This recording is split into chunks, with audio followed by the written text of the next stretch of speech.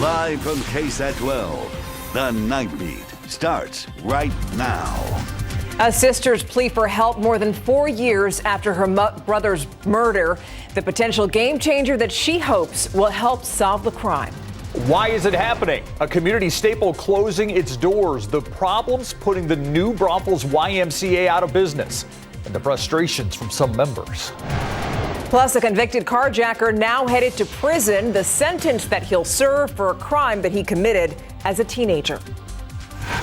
But first, we're going to start with a major closure along Loop 1604 that will certainly impact some of your weekend plans. Yeah, portions of 1604 are now closed in both directions on the north side. Cruz just closed the east and westbound lanes between Bitters and Blanco at 9 o'clock for bridge work. Expect those lanes to be closed until 5 a.m. on Monday. You can find more details on this and other road closures right now on our website, KSAT.com. Meanwhile, the Electric Reliability Council of Texas, or ERCOT, issuing a weather watch due to high temperatures, higher electrical demand, and the potential for lower reserves. The power supply weather watch in effect Sunday through Tuesday. ERCOT says no action from Texans is needed during this time, but the watch acts as an advance notification for forecasted high demand. By the way, ERCOT set a new unofficial July and all-time peak demand record of 81,406 megawatts on Thursday. And today, of course, another hot day, but compared to the record books, we tied the record high in San Antonio, 105. The high temperature this afternoon that ties the record, which was set back in 2020. Del Rio as warm as 108, along with Carrizo Springs and Cotulla. We're going to have some similar heat, but I do expect more records to fall. We'll talk about which ones, how hot it's going to get, and the Saharan dust when we may notice some in a bit. Adam, thank you. A San Antonio teenager and his friend shot multiple times by an SAPD officer back in 2022 are both charged with theft, but this is for an unrelated crime. Booking records show that that San Antonio police took Eric Gunther and Emily Proul into custody on June 28th. He's accused of stealing from the automotive section at the Walmart on Jones Maltzberger. Now, Gunther and Proul each face a misdemeanor charge of theft between $100 and $750. If you remember, Gunther spent time on life support after being shot by San Antonio police officer James Brennan on October 2nd. He's been fired. Now, Brennan, who was at a McDonald's on Blanco Road for an unrelated disturbance call, approached Gunther's vehicle after recognizing it from a high-speed evading incident the night before. He shot a young woman outside of Whole Foods in the Alamo Quarry. That then teenage carjacker handed a prison sentence today that will last into his 60s. Julio Cesar Rivera was accused of a slew of armed carjackings between October and November 2021 when he was still 18. He was arrested after shooting Alana Castaneda in the face during a failed carjacking. Rivera made a deal with prosecutors earlier this year that led him to plead guilty to 3 cases, including Castaneda's. Now at 20 years of age, District Court Judge Ron Hell chose to give Rivera the max sentence he could under this plea bargain of 45 years. As soon as they said that it was 45 years, I just started crying because it's not just for me, it's for the other victims as well. Being face-to-face with Rivera again hard, said Castaneda, who's already endured 3 surgeries with a 4th to come. She bears permanent scars from that violent encounter. A family living in trauma wants your help tonight finding a killer. New Year's morning 2019 brought heartbreak for the family of Timothy Collins. The night team's Patty Santos tells us about the new $15,000 reward that's now being offered to find his killer. I saw first murder of San Antonio in 2019, and it just so happened I was like, wow, that's a horrible way to start the year. Hours later, Mary DeLuna got the horrific news that the victim was her brother, Timothy Collins. The 42-year-old was shot around 4:30 a.m. on New Year's morning 2019 while working as a clerk at this 7-Eleven on Callahan Road near I-10. I'm just baffled that nobody came forward and said anything. Crime Stoppers is now offering a $15,000 reward for anyone who can identify the gunman seen here on surveillance video.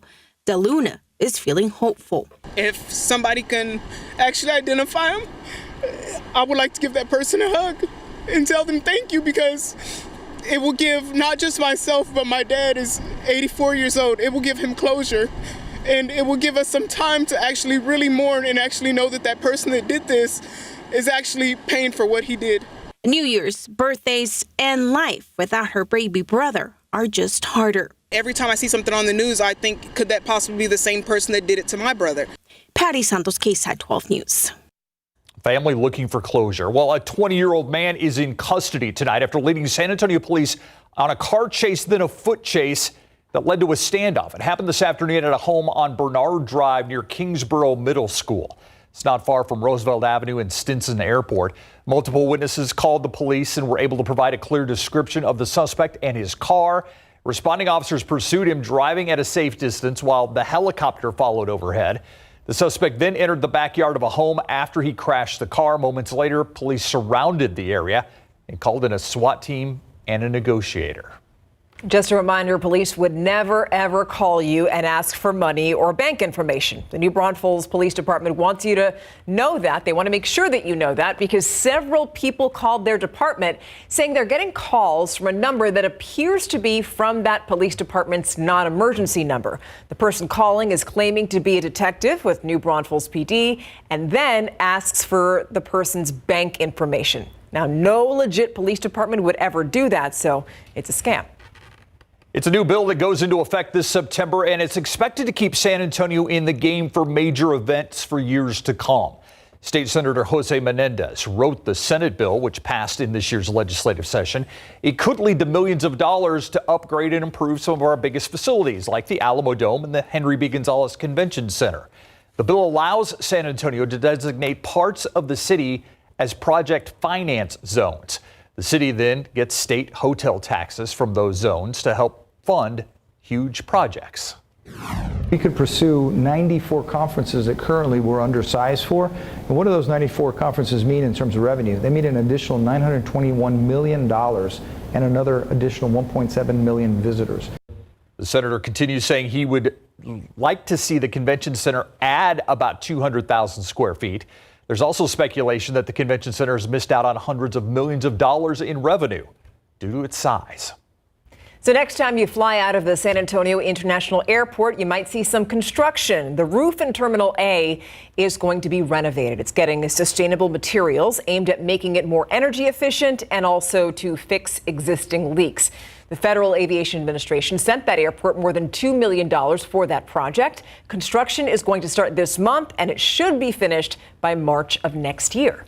As of tonight, the YMCA in New Braunfels is no more. The closure of the facility at Resolute Hospital leaves the community with one less option for recreation and exercise.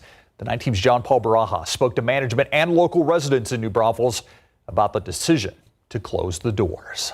I had no idea it was the last day, so I'm very disappointed. Sad about them leaving. I want to say, come back, stay here.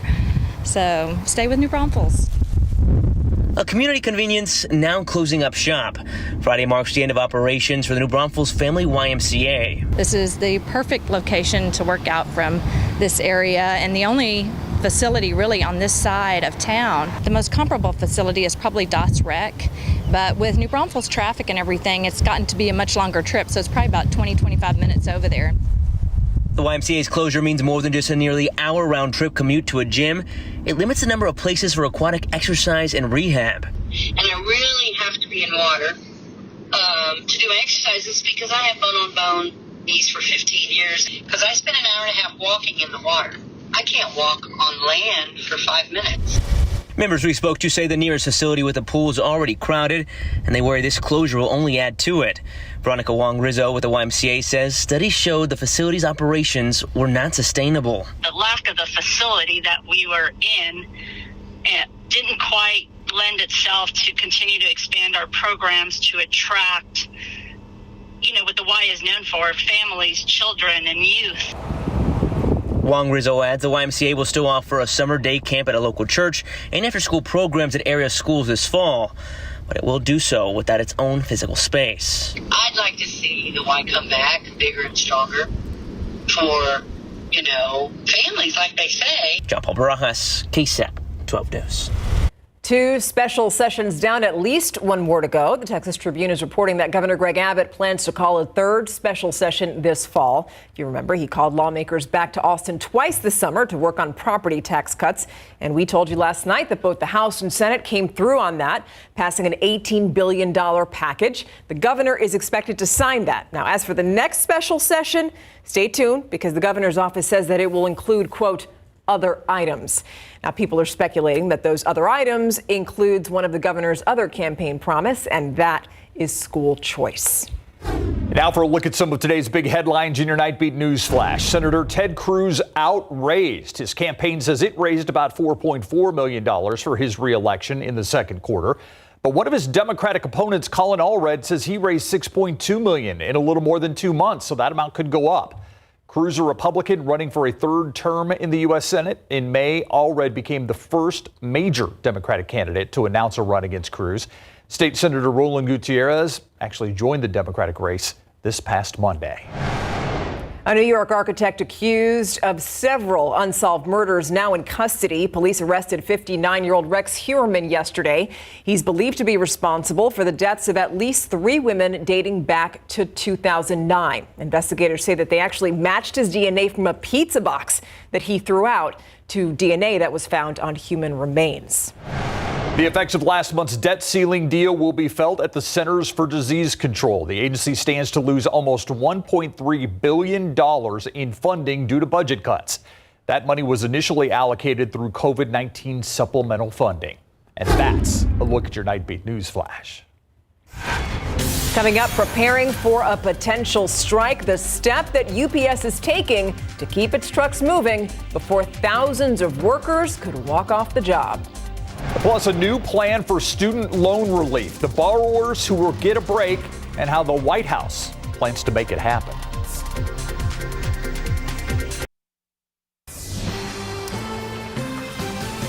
More than 800,000 people are getting a break on their student loans. In all, the loans add up to $39 billion. The Biden administration says it's going to forgive the loans in just a few weeks. Those loans are specific, though, to income-driven repayment plans, and those are the plans that promise to wipe out a borrower's remaining loans after they make payments for 20 to 25 years. No actors, no writers, no production. Hollywood at a near standstill now that another major union is on strike. The Screen Actors Guild, an American Federation of Television and Radio Artists, better known as SAG-AFTRA, went on strike early this morning. They joined the Writers Guild of America, which has been on strike since May. I spoke to Samantha Cherry from the Washington Post on today's KSAT Q&A at 6:30. Here's what she had to say about what needs to happen before the unions and the major studios move towards a resolution. We do have like these very big studios. They have revenue coming in from many different places. So they can kind of hold on a little bit longer. But, in the months to come, they will start seeing the pinch in their profits. Both SAG-AFTRA and the WGA are fighting for increased residuals from streaming and new rules for the use of artificial intelligence.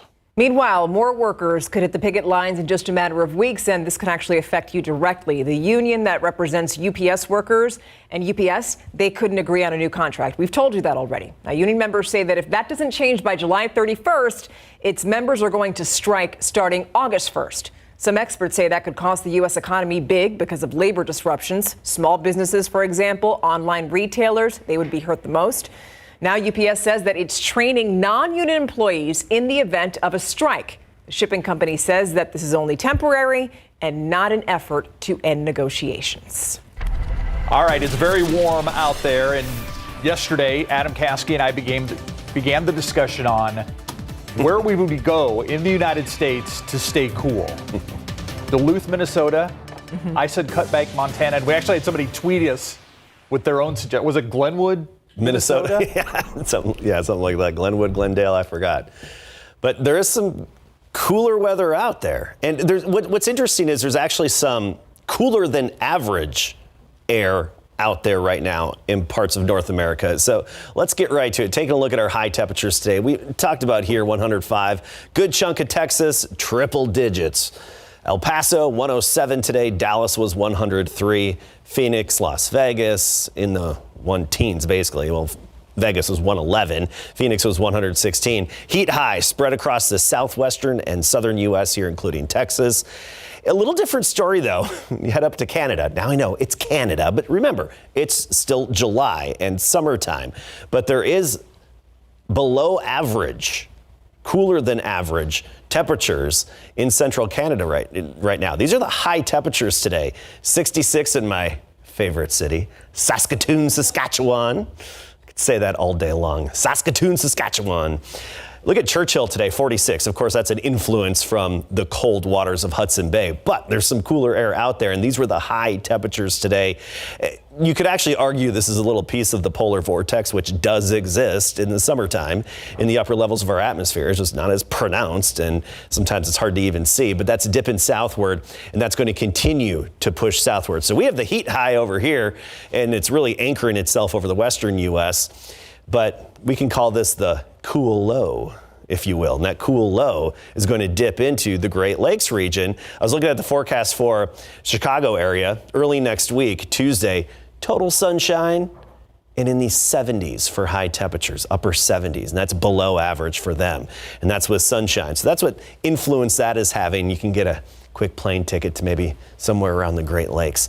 We've got the heat high. It's here to stay, not going anywhere anytime soon. Now, it is going to drift around, and I do think it will re-anchor itself over the western U.S. by the end of next week and into next weekend.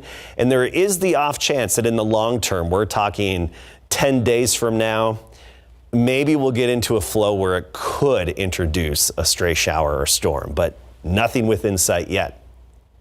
You look at the afternoon highs, anywhere between 103 and 105, which will challenge some records. We'll get to those with the 7-day in a moment. First of all, look at that satellite and radar. Some severe weather, Oklahoma and now stretching eastward, Missouri, Arkansas as well. You can see the cluster of thunderstorms coming together. Even the Panhandle had some rainfall earlier today, and that's a part of Texas that is not even considered abnormally dry, and they're likely to get some more rain. It's been a good about month of off and on showers and storms for the Panhandle. And even North Texas along the Red River, rainfall potential still exists over this next 7 days, but nothing for us. Here's a look at our Saharan dust. Now, we often talk about this, and we mention how it can be in the air. Nothing's really overhead right now. As we get into the weekend, I do think we could have a little bit along the Gulf coastline, but that's about it. And then early next week, you may notice just a touch of haze in the air by early next week, by Tuesday. Tomorrow, 95 by noon, we make it to 104 for the high temperature, feeling like it's 109. Saturday, Sunday, Tuesday, and Friday, we expect record highs to be tied or broken. Adam, I know you said go to the Great Lakes, but I'm kind of like that heat high. I'm not going anywhere. Just staying right here. Hey, you do well in Vegas. No, I would not, watching the Spurs. especially with this weather. It's a dry heat. So The dry heat. Well, the Spurs, come on, disappointing tonight. It was a little bit disappointing. They played like 6 games this summer so far, and they're all young. A couple of guys. Champagny didn't play tonight. Branham didn't play tonight. So, it's been a good summer, though. Spurs don't make the playoffs again, though, but things are a little different this time around. And a warm welcome for the team from England. Oh, it was very warm. How about some refreshment, please? The hospitality of everybody's been amazing, to be honest. It's as I expected. The American people we've met and the local people have been so supportive of the team and very welcoming. Oh, yes. Oh, okay. San Antonio FC welcoming one of the best teams in history to town for a little friendly match tomorrow night. More on that coming up. And the Spurs taking on Detroit Pistons tonight. Needed to win by 20+ to make the playoff. Dominic Barlow got off to a very quick start. Got a little shot in the lane and then the drive down the baseline. And then there's a little turnaround jumper for you.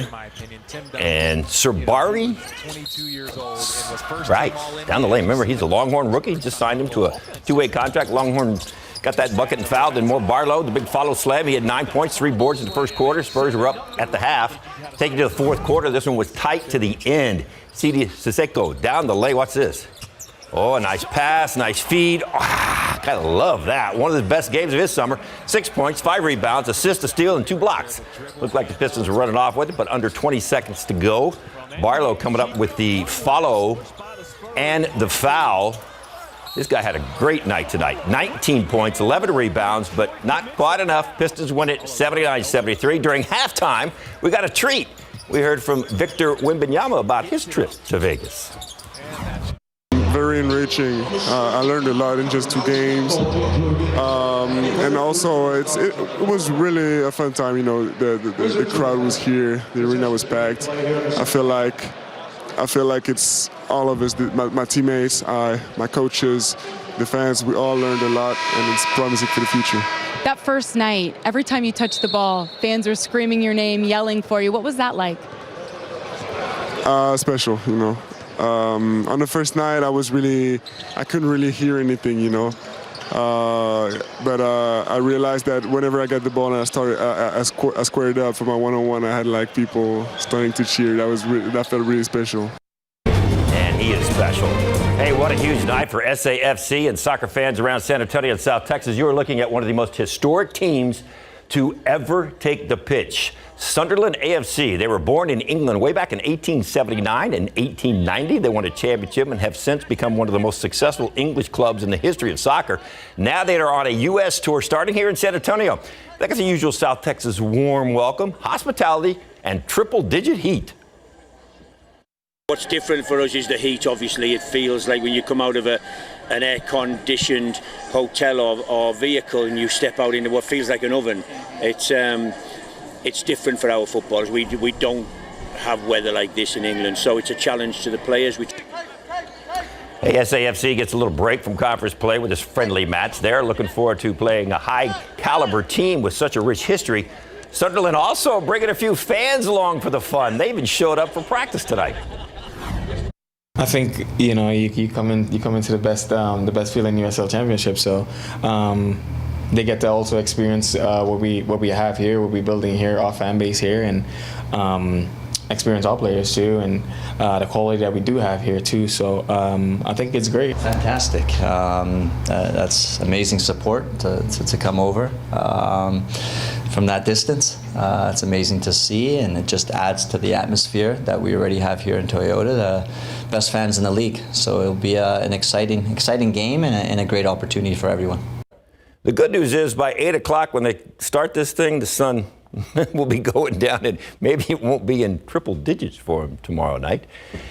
Once again, it starts at 8 at Toyota Field. Hey, another San Antonio star getting used to the next level coming up. He is another in a long line of athletes who made it out of San Antonio, not just to college to continue playing their sport, but to the pros. DeMarvin Leal is about to begin his second season as a Pittsburgh Steeler. The 6'4", 290-pound defensive end played at Judson, then went on to play 3 years at Texas A&M. Before he was drafted in the 3rd round last year, it all got real when he went to training camp. Training camp definitely was different. Okay. Mike T loves to run it a little bit old-fashioned, going out there to, Latrobe. Yeah. And man, just being in a dorm, I wasn't in a dorm in college, so we are in the dorms over there, and then, it's hot, it's rainy, it gives you everything all at once. And so it's just, it was kind of like, dang, like I'm actually here. He is there, all right, going back this summer for another run at the Steelers. Nice to see him back in town, though, giving back with a football camp for the kids tomorrow morning. And speaking of football, this is indoors. Thank goodness. The Gunslingers taking on the Carolina Cobras tomorrow afternoon at 6 o'clock. The Gunslingers are already in the playoffs. They just now have to win the last couple of games to make sure that they get home field advantage. By the way, Latrobe, Pennsylvania, where the Steelers train. Yeah. It's also where they brew Rolling Rock. Really? Here. I didn't know that. There you go. Trivia question. Man. We'll be right back. Man. So it's going to be hot again tomorrow, back to 104 around town, even a degree or so higher here and there. And we're going to see some records fall. Saturday, Sunday, Tuesday, and Friday, we are expecting record high temperatures to be tied or broken. All right, we'll just stay cool this weekend, do the best we can. Have a great weekend. We'll see you on Monday. Good night.